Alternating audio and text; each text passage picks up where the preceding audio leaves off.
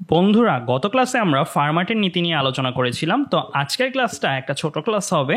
আজকের ক্লাসে বেসিক্যালি আমরা আলোচনা করব ফার্মাটের নীতির সাহায্যে আলোর প্রতিফলন সূত্রের প্রমাণ আর ফার্মাটের নীতির সাহায্যে আলোর প্রতিসরণ সূত্রের প্রমাণ। তো বলে রাখি আগেই যে এই প্রমাণগুলো পরীক্ষায় আসবে না, তাও দেখাচ্ছি কারণ বইতে আমাদের এই টপিকগুলো নিয়ে আলোচনা করা আছে। তো আমরা একটা কেস নিয়ে আলোচনা করি। প্রমাণ যেহেতু করতে চাচ্ছি প্রতিফলন সূত্রটাকে ফার্মাটের নীতি ব্যবহার করে, আমরা ধরে নিলাম এ বিন্দু থেকে আলো বি বিন্দুর দিকে যাবে। এখানে একটা সমতল দর্পণ রাখা আছে। এ থেকে আলোটা এসে ও বিন্দুতে আপতিত হয়ে পরবর্তীতে বি বিন্দু পর্যন্ত গেল। তো এই যে ও বিন্দুতে প্রতিফলিত হলো, এই ও বিন্দু দিয়ে আপতন বিন্দু দিয়ে আমরা একটা অভিলম্ব টানলাম, যেটা দেখতে পাচ্ছ এই রেখাটা। এটার সাথে আপতিত রশ্মি থিটা আই মানে আপতন কোণ, আর প্রতিফলন কোণ হচ্ছে থিটা আর। তো আমাদের এখানে সুবিধার জন্য দুইটা চলক ধরে নিচ্ছি। একটা হচ্ছে এক্স। তো এক্স দূরত্ব ধরছি কোথা থেকে কোন পর্যন্ত? আমরা ধরছি এই লম্বটা থেকে এই পর্যন্ত, আর এল এইখান থেকে এই পর্যন্ত, অর্থাৎ এ থেকে বি এর হরিজন্টাল ডিস্টেন্স। তো আমরা এ আর বি, স্মল এ আর স্মল বি নামেও দুইটা দূরত্ব ধরে নিচ্ছি। স্মল এ হচ্ছে এই হাইটটা আর স্মল বি হচ্ছে এই হাইটটা। তো আমরা আসলে আপতন কোণ আর প্রতিফলন কোণ যে সমান, সেটাই ফার্মাটের নীতির সাহায্যে ব্যাখ্যা করতে যাচ্ছি। তো আমরা এই ঘটনাটার মধ্যে আলো যে এ থেকে বি পর্যন্ত গেল, এখানে সে কত আলোকপথ পাড়ি দিল? সে আলোকপথ পাড়ি দিল এ ও বি পরিমাণ। এখানে একটা কথা বলে রাখি, আমি জ্যামিতিক পথের সাইন দিয়ে কেন আলোকপথটাকে প্রকাশ করলাম, কারণ এই ক্ষেত্রে আলোকপথ আর জ্যামিতিক পথ এই দুইটার মান কিন্তু একই। কেন একই বলতো? কারণ এইখানে আমাদের মাধ্যম নিয়ে কিছু বলা নাই। তার মানে এটা যদি আমি বায়ু মাধ্যম ধরে নিই, তাহলে আমরা জানি বায়ু মাধ্যমের প্রতিসরণাঙ্ক মানে মিউ এর ভ্যালু হচ্ছে কত? 1 করে। সো বায়ু মাধ্যমের মিউ যদি 1 হয়ে থাকে, আমরা জানি মিউ দিয়ে যদি জ্যামিতিক পথকে গুণ দেওয়া হয় তাহলে আলোকপথ পাওয়া যায়। তার মানে এই পথটাকে আমি 1 দিয়ে গুণ দিলেও অ্যাকচুয়ালি একই জিনিসই থাকবে। তার মানে এই ঘটনাটার জন্য জ্যামিতিক পথ আর আলোকপথের মান একই। তো এর জন্য আমি এটাকে এল বা ডেল যেটা দিয়ে প্রকাশ করি, একই ভ্যালু রিপ্রেজেন্ট করছে। তো যাই হোক, তো আমরা এরপরে যদি আগাই, আমাদের L equal to A O plus O B. তো কনফিউজ হবে না, এল আর ডেল কিন্তু একই জিনিস বোঝাচ্ছে এখানে। সো এল দিয়েও আলোকপথ বোঝাচ্ছে, জ্যামিতিক পথ বোঝাচ্ছে। এখানে জ্যামিতিক পথ আর আলোকপথের মান একই। সো এটা আলোকপথই। সো আলোকপথ এ ও প্লাস ও বি। এ ওটাকে যদি আমরা পিথাগোরাসের উপপাদ্যের সাহায্যে লিখি, তাহলে কি লিখতে পারি? √a² যোগ x²। কারণ এ ওটা ছিল কি? এই ত্রিভুজটার জন্য অতিভুজ। সো অতিভুজকে √লম্ব স্কোয়ার যোগ ভূমি স্কোয়ার। আবার বি ও এই অংশটা, এটাও কিন্তু একটা কি হিসেবে কাজ করছে? ত্রিভুজের অতিভুজ হিসেবে কাজ করছে। সো এই ত্রিভুজটার ক্ষেত্রে এই বি ও বাহুটা অতিভুজ হিসেবে কাজ করছে যেহেতু। সো এখানেও কিন্তু আমরা √ভূমি স্কোয়ার যোগ লম্ব স্কোয়ার লিখতে পারি। এখানে লম্বটা হচ্ছে বি, দেখতেই পাচ্ছ, আর ভূমিটা কত হবে চিন্তা করে দেখো। এই দৈর্ঘ্যটা ভূমি হিসেবে কাজ করলে এটা হবে L - x এর সমান, রাইট? সো আমরা এই দুইটা জিনিস ইজিলি লিখতে পারি। তো আমাদের ফার্মাটের নীতি অনুযায়ী কি ছিল? আলোকপথের মানটা কি হবে? সবচেয়ে কম হবে, রাইট? আলোকপথের মানটা সবচেয়ে কম আসবে। এখন চিন্তা করে দেখো বন্ধুরা, আমরা কিভাবে আলোকপথ, তো আমরা সূত্র লিখলাম, আলোকপথের রাশিমালা লিখলাম। এই রাশিমালাটাকে কিভাবে আমরা সবচেয়ে কম পেতে পারি? আমরা অলরেডি এই চ্যাপ্টারটা পড়ার আগে অবশ্যই হয়তো পড়ে এসেছি অন্তরীকরণ, ডিফারেন্সিয়েশন। ওখানে আমরা গুরুমান লঘুমান পড়ে এসেছি। তো আমরা দেখেছি কোনো একটা ফাংশনের লঘিষ্ঠ মান বা গরিষ্ঠ মান যদি পেতে চাই, তাহলে আমার কি করতে হয়? ডিফারেন্সিয়েশন করতে হয়। ফার্স্ট ডেরিভেটিভের ভ্যালু 0 ধরতে হয়, রাইট? ফার্স্ট ডেরিভেটিভের ভ্যালু যদি 0 ধরি, তাহলে আমরা এক্সট্রিম কেসগুলোর জন্য আমরা এক্স এর কোন কোন মানের জন্য এল এর মান সর্বোচ্চ, এল এর মান সর্বনিম্ন, সেগুলো পেতে পারি। সো ফাংশনটার সর্বনিম্ন মান যেহেতু আমার দরকার এই ফাংশনটার, তো আমরা এটাকে কি করব?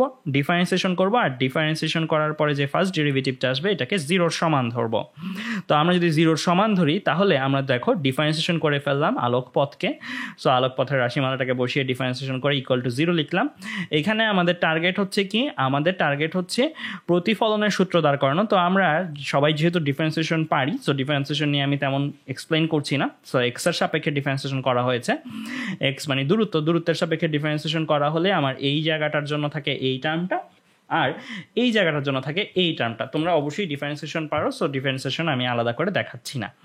তো আমরা এই ফাংশনটা যদি পাই, এখানে দেখো আমরা অনেক কিছুই কিন্তু কমন নিতে পারি, কমন নিয়ে ওপাশে পাঠিয়ে দেওয়া মানে ভাগ করে দিলে শূন্যের সাথে একই জিনিসই থাকবে। সো আমার এখানে 2 কাটাকাটি চলে যায়। তো আমাদের আলটিমেটলি থাকে কি, বাম পাশে থাকে x/√x² + x², আর এখানে একটা -1 ছিল, তার মানে এটা মাইনাস হয়ে যেত, এটাকে আমি ওই পাশে পাঠিয়ে দিলে কি হয়ে যাবে, এটা প্লাস হয়ে যাবে, রাইট? সো আমার হয়ে গেল কি ওই পাশে plus l-x divided by b² + l-x²। তো এই যে রাশিমালা দুইটা এসেছে, এই রাশিমালা দুইটা থেকে কিন্তু আমরা একটা অনুপাত লিখতে পারি। চিন্তা করে দেখো তো এক্সটা কি। এক্সটা হচ্ছে এই ত্রিভুজের জন্য কি হিসেবে কাজ করছে, এই কোণের সাপেক্ষে যদি চিন্তা করি, এই কোণটা একটু চিন্তা করে দেখো, আমি একটু এঁকে দেখাই ব্লু কালার দিয়ে। এই কোণটা যেটা আঁকলাম, এই কোণটা আর এই কোণটা কি অ্যাকচুয়ালি একই না? কারণ তারা পরস্পরের কি একান্তর কোণ, তার মানে এটাকেও কিন্তু আমি আপতন কোণ মানে θi বলতে পারি। তো আমরা এই কোণের সাপেক্ষে চিন্তা করলে এক্সটা কি আমার লম্ব, আর a√a² + x² যেই অংশটা, এই অংশটা আসলে কি এই লাল বাহুটা মানে আমার অতিভুজটা। সো আমার এই অংশটা যেটা আসলো, এটা আসলে এই ত্রিভুজের জন্য θi কোণের সাপেক্ষে লম্ব বাই অতিভুজ প্রকাশ করছে, রাইট? সো লম্ব বাই অতিভুজ কোন অনুপাত রিপ্রেজেন্ট করে? আমরা জানি সাইন অনুপাত রিপ্রেজেন্ট করে। তার মানে এই অংশটাকে কিন্তু আমরা পাল্টিয়ে লিখতে পারি সাইন θi। এবার আসি এই অংশটা কিন্তু একইভাবে এক্সপ্লেন করা যায়। এই অংশটার মধ্যেও দেখো এই কোণটা θr যে বললাম, এই θr আর এই কোণটা কিন্তু একই জিনিস। কেন? তোমরা বুঝতেই পারছো, এটা একান্তর কোণ হবে, কারণ এই বাহুটা আর এই বাহুটা পরস্পরের সাথে সমান্তরাল, আর এই অভিবাহুটা ছেদক হিসেবে কাজ করছে। সো আমার এই কোণটা যা মান হবে এই কোণটার একই মান হবে, কেননা তারা পরস্পরের একান্তর কোণ। তো এই কোণটার সাপেক্ষে যদি চিন্তা করি, এই কোণটার সাপেক্ষে আমার এই বাহুটা, দ্যাট মিনস যেটার দৈর্ঘ্য আসলে হবে l-x, এই বাহুটা কিন্তু লম্ব হিসেবে কাজ করছে, অর্থাৎ এই ভগ্নাংশটার লবে কিন্তু লম্ব, আর হরে কি রাখা আছে √b² + l-x²। এটা কি আসলে অভিবাহুটার দৈর্ঘ্যের মানটা না? পিথাগোরাসের সূত্র অনুসারে আমরা জানি অভিবাহুটার দৈর্ঘ্যের মানটা আসলে কীরকম, √b² + l-x²। তার মানে এই কোণটার সাপেক্ষে, থিটার কোণের সাপেক্ষে এই বাহুটাকে কিন্তু আমরা কি বলবো, এই বাহুটাকে আমরা অতিভুজ বলবো। তো আমরা সবাই একটু একটা জিনিস জানা থাকবে, আশা করি এটা সবারই জানা ছিল, যে কোনো কোণের সাপেক্ষে, সূক্ষ্মকোণের সাপেক্ষে বিপরীত বাহু মানে এইটা লম্ব, আর সূক্ষ্মকোণ সংলগ্ন বড় বাহুটাকে আমরা বলি কি অতিভুজ, আর সূক্ষ্মকোণ সংলগ্ন ছোট বাহুটাকে আমরা বলি ভূমি। দ্যাট মিনস এই বাহুটা ডটেড লাইনটা আমার ভূমি হিসেবে কাজ করতো। আর আমরা এখানে অনুপাতটা জেনেছি কার থিটার সূক্ষ্মকোণটার সাপেক্ষে লম্ব বাই অতিভুজ, যেটা কিনা সাইন অনুপাত রিপ্রেজেন্ট করছে। তার মানে দেখো আমরা এই অংশটার বদলে এইটা আর এই অংশটার বদলে এই জিনিসটা লিখতে পারি সাইন θi = সাইন θr। অর্থাৎ কি বোঝাচ্ছে এটা বোঝাচ্ছে যে আপতন কোণ আর প্রতিফলন কোণ পরস্পরের সমান, কারণ θi = θr, sign θi = sign θr হলে আমরা কিন্তু একটা সলিউশন, এটার অসংখ্য সলিউশন আছে, অসংখ্য সলিউশনের মধ্যে একটা সলিউশন বলতে পারি θi = θr, θi = θr মানে আপতন কোণ আর প্রতিফলন কোণ পরস্পরের সমান। তো এই যে এই জিনিসটা আমরা দাঁড় করালাম, এটা ছিল আলোর প্রতিফলনের সূত্র, আর এটা আমরা দাঁড় করেছি কার নীতি কাজে লাগিয়ে, ফার্মাটের নীতি কাজে লাগিয়ে। তো আমরা বলতে পারি ফার্মাটের নীতির সাহায্যে আমরা আলোর প্রতিফলনের সূত্র ব্যাখ্যা বা প্রমাণ করতে পারি। এবার আমরা চলে আসি আলোর প্রতিসরণের সূত্র নিয়ে আলোচনা করব। তো আমরা প্রতিসরণের সূত্র নিয়ে যদি আলোচনা করতে চাই, তো সেই ক্ষেত্রে আমরা একটু ফিগারের প্রপার্টিগুলো জেনে নিই। একটা ফিগার এঁকে নিলাম, এই ফিগারটার মধ্যে আমাদের একটা আলোক রশ্মি এ বিন্দু থেকে একটা স্বচ্ছ মাধ্যম থেকে আরেকটা স্বচ্ছ মাধ্যমের দিকে যাচ্ছে, এ বিন্দু থেকে ও বিন্দু হয়ে, ও বিন্দুটা আপতন বিন্দু বিভেদ তলে, ও বিন্দু হয়ে এক স্বচ্ছ থেকে আরেক স্বচ্ছ মাধ্যমে যাওয়ার পথে সে কিছুটা বেঁকে গেল। প্রথম মাধ্যমের প্রতিসরণাঙ্ক দেওয়া আছে n1, দ্বিতীয় মাধ্যমের প্রতিসরণাঙ্ক মান দেওয়া আছে n2। এখানে আমার আঁকাটা দেখে আমরা বুঝতে পারছি যে n2টা অপেক্ষাকৃত ঘন মাধ্যম, মানে প্রতিসরণাঙ্কের মানটা বেশি, কেননা আলোক রশ্মিটা কিন্তু এসে অভিলম্বের দিকে বেঁকে গিয়েছে, রাইট? অভিলম্বের দিকে বেঁকে যায় তখনই যখন হালকা থেকে ঘন মাধ্যমের দিকে যাতায়াত হয়। তার মানে এইখানে আমরা এই আলোক রশ্মিটাকে একটু অভিলম্বের দিকে বেঁকে যেতে দেখেছি। θi আমার রিপ্রেজেন্ট করছে ইনসিডেন্ট অ্যাঙ্গেল বা আপতন কোণ, আর θrটা আমার রিপ্রেজেন্ট করছে রিফ্র্যাক্টিভ অ্যাঙ্গেল বা প্রতিসরণ কোণ। তো আমাদের এখানেও কয়েকটা চলক ধরে নেওয়া আছে, a দূরত্ব দেখতে পাচ্ছ, b দূরত্ব দেখতে পাচ্ছ, x দূরত্বটা দেখতে পাচ্ছ, d দূরত্বটা দেখতে পাচ্ছ। তো আমাদের এখানে টার্গেট হবে যে আমাদের ফার্মাটের নীতির সাহায্যে আমরা স্নেলের সূত্রটাকে ব্যাখ্যা করব। দ্যাট মিনস আপতন কোণের সাইন ডিভাইড বাই প্রতিসরণ কোণের সাইন ইকুয়াল টু যে ধ্রুবক সেটা আমরা ব্যাখ্যা করব। তো আমরা স্নেলের সূত্র অনুযায়ী যদি লিখি, স্নেলের সূত্র অনুযায়ী আমরা কি লিখতে পারি? Sine theta I by sine theta R equal to N2 by N1। যারা এভাবে বুঝছো না তারা আমার আগের টেকনিকের ভিডিওটার মতন করে চিন্তা করতে পারো কিভাবে আমরা করতাম যে এই আপতন কোণটা কোন মাধ্যমে আছে, এই মাধ্যমে আছে। সো আপতন কোণ হোক যেই কোণই হোক, এই থিটা এই কোণটা আছে N1 মাধ্যমে। সো আমরা লিখবো কি, যেই কোণের সাইন অনুপাত ইনটু ওই প্রতিসরণাঙ্ক, that means N1 equal to দিয়ে কি লিখতাম আমরা? ইকুয়াল টু দিয়ে এই থিটা আর কোনটা কোন মাধ্যমে আছে, N2 মাধ্যমে আছে, আমরা কি লিখতাম? সাইন থিটা আর ইনটু এই থিটা আর কোনটা আছে N2 মাধ্যমে, সো N2 দিয়ে মাল্টিপ্লাই। তার মানে এই যে এই রাশিমালাটা লিখলাম এটাকেই কিন্তু পরবর্তীতে এইভাবে লিখতে পারি, রাইট? সো যারা এইভাবে সমস্যা ফেস করো তারা এইভাবে করতে পারো। তো আমরা স্নেলের সূত্রটা একটু লিখে নিলাম, কারণ এটাই আমরা আলটিমেটলি কি করতে চাচ্ছি, প্রুফ করতে চাচ্ছি। সো আমরা যদি দেখি পরের লাইনে, আমরা এইখানে N1 ইন্টু প্রতিসরণাঙ্ক হিসেবে ধরেছি। আমরা এই সূত্রটাকে যদি প্রুফ করতে চাই, সো আমরা সময়ের সাহায্যে এটা আগাতে পারি। আমরা ধরে নিলাম এ থেকে আলোটা যে বি বিন্দুতে গেল, এ থেকে বি বিন্দুতে যাওয়ার পথে আলোর কতটা সময় লাগলো সেই সময়টাকে আমরা টি দিয়ে রিপ্রেজেন্ট করছি। সো টিটা আমরা আবার দুইভাবে বের করেছি। আমরা যেহেতু জানি এই মাধ্যমে আলোর এক রকমের বেগ হবে, এই মাধ্যমে আলোর আরেক রকমের বেগ হবে। N1 প্রতিসরণাঙ্ক বিশিষ্ট মাধ্যমে আলোর বেগটা কত সেটাকে আমরা ধরে নিলাম V1। N2 প্রতিসরণাঙ্ক বিশিষ্ট মাধ্যমটাতে আলোর বেগ কত হবে সেটাকে আমরা ধরে নিলাম V2। আর আমরা তো সবাই শিখে এসেছি একটা ফর্মুলা, সেটা হচ্ছে S ইকুয়াল টু VT। তো ওই ফর্মুলাটার মতন চিন্তা করো, টিটাকে এক পাশে রাখলে বাকি সব অন্য পাশে পাঠিয়ে দিলে কি আসবে? S by V। এখানে কিন্তু সেই S বাই V ফর্মুলাটা ইউজ করা হয়েছে। এই অংশটার জন্য চিন্তা করো, অতিক্রান্ত দূরত্বটা কত? AO, মানে এটা এস হিসেবে কাজ করছে। আর এই মাধ্যমে আলোর বেগ কত ধরে নিয়েছি V1, তার মানে AO বাই V1। এটা কি বোঝাচ্ছে? তার মানে এটা বোঝাচ্ছে আলোটার এ থেকে ও বিন্দু পর্যন্ত আসতে কত সময় লেগেছে।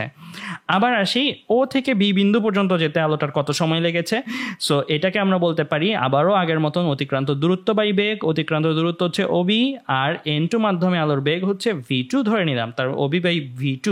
তার মানে সাকুল্যে আমরা এই দুইটা সময় যোগ করলে কি পেয়ে যাব? এ থেকে বিতে আলোর যেতে কতটা সময় লেগেছে, রাইট? আচ্ছা, তো আমরা এইখানেও যদি একটা কাজ করি, আমরা অলরেডি এই চ্যাপ্টারের ফার্স্ট ক্লাসটার মধ্যে পড়ে এসেছি নবম দশম শ্রেণীর একটা কনসেপ্ট, সেটা ছিল কি, প্রতিসরণাঙ্ককে কিন্তু আমরা আলোর বেগের অনুপাতের মাধ্যমে লিখতে পারি। আমরা যদি এই মাধ্যমটার কথা চিন্তা করি, এটা কি বুঝাচ্ছে? এটা বুঝাচ্ছে প্রথম মাধ্যমের পরম প্রতিসরণাঙ্ক, রাইট? পরম প্রতিসরণাঙ্কের মান। এটা বুঝাচ্ছে দ্বিতীয় মাধ্যমের পরম প্রতিসরণাঙ্ক। সো এই মাধ্যমের পরম প্রতিসরণাঙ্কটাকে আমরা কি লিখতে পারি? আমরা বেগের ক্ষেত্রে জানি ইকুয়াল টু দিয়ে কি লেখা যায়? ইকুয়াল টু দিয়ে লেখা যায় এরকম, যে যেই মাধ্যমের সাপেক্ষে, শুধু পরম প্রতিসরণাঙ্ক যদি বলি, পরম প্রতিসরণাঙ্ক আসলে কোন মাধ্যমের সাপেক্ষে প্রতিসরণাঙ্ক? শূন্য মাধ্যমের সাপেক্ষে। তো যেই মাধ্যমের সাপেক্ষে প্রতিসরণাঙ্কটা, সেই মাধ্যমের আলোর বেগটা বসাতে হয় কোথায়? লবে। সো আমি লবে লিখে দিলাম সি। শুধু সি কেন লিখলাম? কারণ শূন্য মাধ্যমে আলোর বেগ হচ্ছে সি। আর ডিভাইডেড বাই ভাগ করতে হয় কি দিয়ে? যেই মাধ্যমের পরম প্রতিসরণাঙ্ক বের করা হচ্ছে, প্রথম মাধ্যমের পরম প্রতিসরণাঙ্ক বের করা হচ্ছে, সো প্রথম মাধ্যমের আলোর বেগটা দিয়ে ভাগ করতে হবে। প্রথম মাধ্যমে আলোর বেগকে আমরা ধরে নিয়েছিলাম V1, তো আমরা লিখলাম C by V1। N1 equal to C by V1 থেকে ইজিলি কি এই কনসেপ্টটা লেখা যায় না? V1টাকে এক পাশে রেখে অবশ্যই লেখা যায়। V1কে এক পাশে রাখলে আমরা লিখতে পারবো কি? V1 C by N1। Just এইটাকে থেকেই এই জিনিসটা এসেছে। একইভাবে তোমরা এটাও নিশ্চয়ই বুঝতে পারছো এটাও কিভাবে এসেছে। C by N2, V2 equal to C by N2 এসেছে ঠিক এই কনসেপ্টটাই কাজে লাগিয়ে। তো আমরা এই লাইনটা নিশ্চয়ই কারো কোনো কনফিউশন নাই, এই লাইনটা কিভাবে এসেছে সবাই বুঝতে পেরেছে। এবার চলে আসি, এরপরে আমরা কি করব? এই যে এই রাশিমালাটা লিখলাম, এই রাশিমালাটায় V1 আর V2 এর জায়গায় এই জিনিসগুলো দিয়ে সাবস্টিটিউট করে দিই। V1 এর জায়গায় বসিয়ে দিলাম সি বাই N1, দেখো, আর V2 এর জায়গায় বসিয়ে দিলাম সি বাই N2। আর নিচে বসিয়ে দেওয়ার কারণে divide by N2 divide by N1টা উপরে চলে গিয়েছে, উপরে চলে যেয়ে আসলো কি N1 বাই সি। তো আমরা সময়ের এই মানটাকে লিখতে পারি। এখন এ ও আর ও বি কে নিয়ে কিছু কাজ করা যায়। এ ও এটা একটা ত্রিভুজের অতিভুজ, আবার ও বি এটাও একটা ত্রিভুজের অতিভুজ। সো আমরা এই ত্রিভুজের অতিভুজগুলোকে যদি ভূমি আর লম্বের মাধ্যমে লিখতে চাই, এইভাবে লিখতে পারি না? লম্ব যদি এ হয়, ভূমি যদি এই দূরত্বটা হয় মানে এক্স হয়, তাহলে আমরা বলতে পারি এ ও আসলে কি? √a² + x²। ওবিটাকে কি লেখা যায়? ওবিটাকে লেখা যায় লম্ব যদি হয় বি তাহলে √b² প্লাস ভূমিটা কতটুকু হবে? ভূমিটা হবে এই দূরত্বটা মানে ডি থেকে এক্স যদি বাদ দিই তাহলে D minus X whole square. So আমরা রুট করে এই ও বি এর বদলে এই জিনিসটা লিখলাম, এ ওর বদলে এই জিনিসটা লিখলাম। আমাদের টার্গেটটা কি? আমাদের টার্গেটটা হচ্ছে ফার্মাটের নীতিটা প্রয়োগ করে প্রতিসরণের সূত্র মানে স্নেলের সূত্রটা সে যে মানছে সেটা দেখানো, মানে এই সূত্র যে মানছে সেটা দেখানো। তো আমরা ফার্মাটের নীতি অনুযায়ী কি জানি? যেই পথ বরাবর আলো সেই পথ বরাবরই যাবে, যেই পথ বরাবর গেলে আলোকপথের মান সর্বনিম্ন হয়। এটাই আমি তোমাদের লাইফ গার্ড বা এসবের উদাহরণ দিয়ে বুঝিয়েছিলাম। আসলে আলো ওই পথ ধরেই যেতে চায় যেই পথ ধরে গেলে আলোর সময় সবচেয়ে কম লাগে। সো আমার এই ক্ষেত্রে যেহেতু সময়ের ফাংশন এটা, তো আমরা ফার্মাটের নীতি কিন্তু সময়ের ফাংশনের ক্ষেত্রেও দেখতে পারি সময়টা সবচেয়ে কম লাগতে হবে বা আলোকপথটা সবচেয়ে কম লাগতে হবে। সো আমার সময়ের ফাংশনে তাই সময়ের মাধ্যমেই লিখলাম ফার্মাটের নীতি অনুযায়ী টি এর মান কি হতে হবে? লঘিষ্ঠ বা সবচেয়ে কম হতে হবে। সো আমরা লঘিষ্ঠ মান পেতে চাইলে আমরা গুরুমান লঘুমানের কনসেপ্ট ইউজ করতে পারি। সময়ের ফাংশনটাকে পথের সাপেক্ষে ডিফারেন্সিয়েশন করে এই ডেরিভেটিভটার ভ্যালু আমরা কি ধরতে পারি? 0 ধরতে পারি। ফার্স্ট ডেরিভেটিভের ভ্যালু 0 হলেই তো আসলে চরম মানগুলো পাওয়া যাবে। তো আমরা টি এর জায়গায় টি এর ফাংশনটাকে লিখে দিলে আমরা কিন্তু এখন এক্স এর সাপেক্ষে এটাকে ডিফারেন্সিয়েশন করতে পারি, কারণ সময়টাকে এক্স এর মাধ্যমে প্রকাশ করা হয়েছে। সো এটাকে যদি এক্স এর মাধ্যমে আমরা ডিফারেন্সিয়েশন করি, তোমরা ডিফারেন্সিয়েশন কীভাবে করতে হয় সেটা অবশ্যই জানো, এটা নিয়ে আমরা এলাবোরেটলি এক্সপ্লেন করছি না। এখানে 1/c আগে কমন নিয়ে নেওয়া হয়েছে ডিফারেন্সিয়েশন করার আগে, যেহেতু 1/c দুজনের মধ্যে আছে। 1/cটাকে কিন্তু আবার 0 ওই পাশে নিয়ে গেলে গুণ হয়ে যাবে, আর 0-র সাথে গুণ হয়ে গেলে আসলে কি 0ই থাকবে। সো এটা ম্যাটার করে না, এটা না লিখলেও সমস্যা নাই, কারণ এটা ও পাশের পরের লাইনেই চলে যাবে। তো আমরা ডিফারেন্সিয়েশন করে ফেললাম। ডিফারেন্সিয়েশন কীভাবে করতে হয় সেটা আর বলছি না, সেটা তোমরা পারো অলরেডি। সো ডিফারেন্সিয়েশন করার পরে আমাদের এইরকম একটা কিছু এসেছিল, এই জিনিসটাকে আবার 2 কাটাকাটি করে এখানে -1 ছিল, -1টাকে এখানে আনলে এটার সামনে প্লাসটা মাইনাস হয়ে যাবে। আবার এই পুরো অংশটাকে ওই পাশে পাঠিয়ে দিলে সমান সমানের এটা পজিটিভ হয়ে যাবে। মাইনাস হয়েছিল এই জায়গায়, ও পাশে নিয়ে যাওয়ার কারণে পজিটিভ। সো আমি 2টাকে 2 পাশে করে লিখলাম।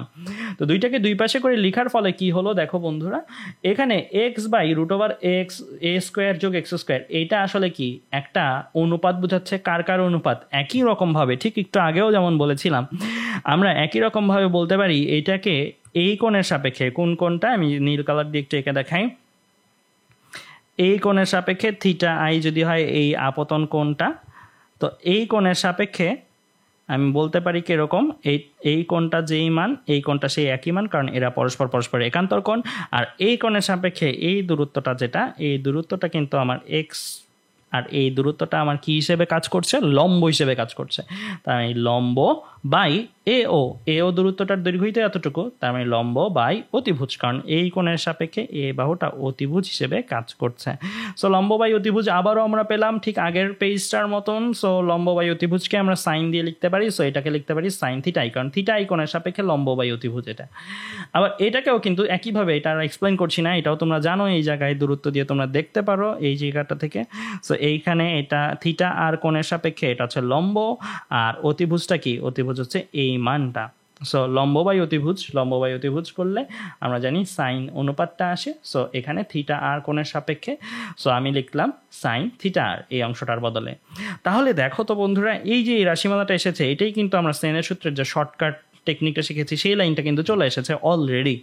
তারপরে পক্ষান্তর করে আমরা কিন্তু স্নেলের সূত্রের যে অফিসিয়াল ফর্মটা মানে এইভাবে কিন্তু লিখতে পারি, জাস্ট পক্ষান্তর করে দিলেই হলো। তার মানে আমরা দেখলাম কি, ফার্মাটের নীতি ব্যবহার করে কিন্তু আমরা প্রতিসরণের যে সূত্রটা সেই সূত্রটায় আমরা প্রমাণ করে ফেললাম।